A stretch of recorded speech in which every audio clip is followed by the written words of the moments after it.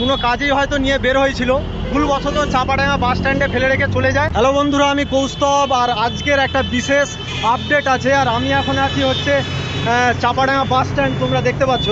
এই বিশেষ আপডেটটা হলো এই, আমার পিছনে যে এই চায়ের দোকান দেখতে পাচ্ছ, এইখানে চাপাডাঙ্গার মোড়ে যে চায়ের দোকান, এই চায়ের দোকানে দাদা একটা জিনিস কুড়িয়ে পেয়েছে।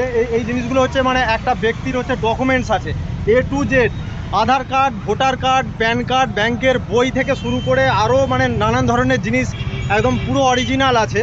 তো আমি ব্যক্তিটার নাম আমি তোমাদেরকে বলছি, যদি কেউ জেনে থাকো কমেন্টে জানাবে, আর যদি পারো তো জিনিসটা শেয়ার করে দেবে ভিডিওটা, যাতে ওর কাছে গিয়ে পৌঁছায়।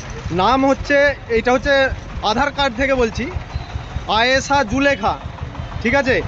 আর বাড়ি যেটা দেখাচ্ছে আংগ্রি শ্রীরামপুর।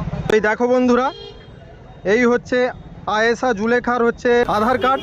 আর বন্ধুরা, স্বামীর নাম শেখ মোহাম্মদ রফিক। তো বন্ধুরা, ওই যে আয়েশা জুলেখা বলে যে ব্যক্তিটির যে আধার কার্ড, প্যান কার্ড পুরো যে একদম পুরো কাগজপত্র যে হারিয়েছে, তো ওই দিদি ভাইয়ের বাবার নাম হচ্ছে আবু কালাম মল্লিক। তো বন্ধুরা, তোমরা যদি এই দিদি ভাইকে জেনে থাকো, বা তোমরা যদি ওই এলাকার আশেপাশ থেকে হও, বা তোমরা যারা দেখছো সবাইকেই বলছি এই ভিডিওটা বেশি করে শেয়ার করো।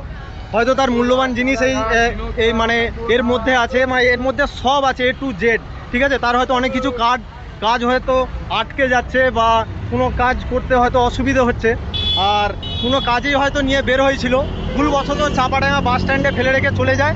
আর চাপাডাঙ্গা বাস স্ট্যান্ডের এই যে চায়ের দোকান দেখছো, এই চায়ের দোকানের দাদা কুড়িয়ে তাকে যত্ন করে রেখে দিয়েছে।